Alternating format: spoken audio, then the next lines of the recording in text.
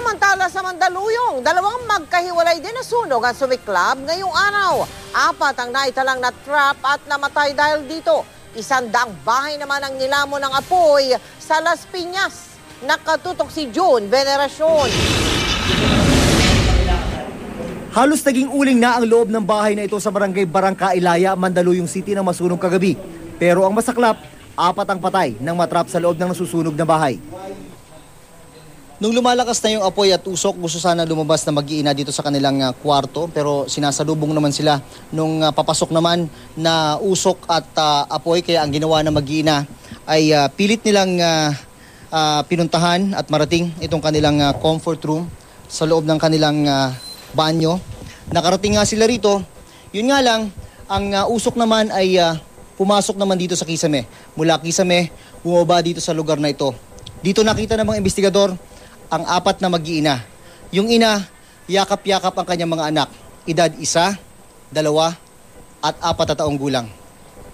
Kahit sa bingit ng kamatayan, nanaig pa rin ang pagiging ina ni Blitz Santos sa kanyang mga anak na sina Chelsea, Yui at Andre. Magkakayakap po sila. Bali, kinover up niya po yung mga anak niya po. Yun po yung nakita ng Soko.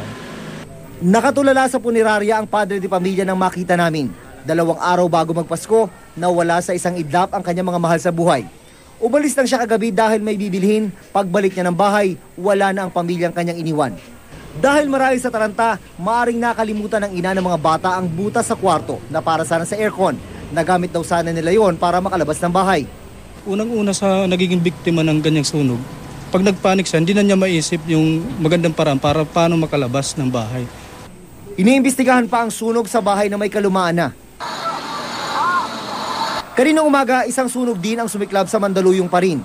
60 pamilya ang nawala ng tirahan sa Barangay Addition Hills. Pansamantalang muna silang patitirahin sa isang eskwelahan. Sobra, sakit.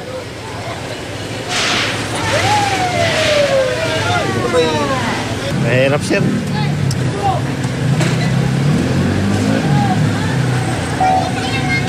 Dalawang araw na, Pasko na. Aayusin namin to. Actually, may instruction ng mayor sa engineering, sa city planning namin para iayos din yung para pagbalik nila maganda na at maayos. Nagsimula raw ang sunog sa isang bahay na inuupahan ng isang Pakistani national.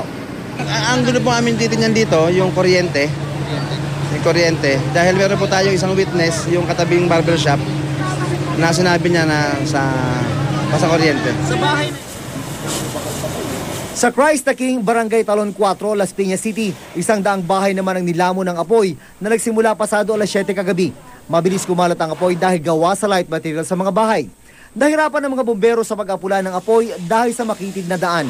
Wala namang naiulat na nasaktan sa sunog pero marami ang walang naisalbang gamit. Sana naman may tumulong sa amin.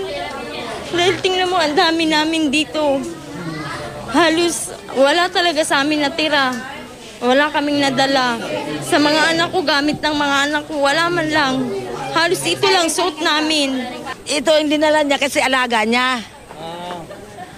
Kami, umalis kasi ako eh. Pansamantalang tumutuloy ang mga nasunugan sa daycare center ng barangay. Umaapila sila ng tulong, lalo ngayong Pasko.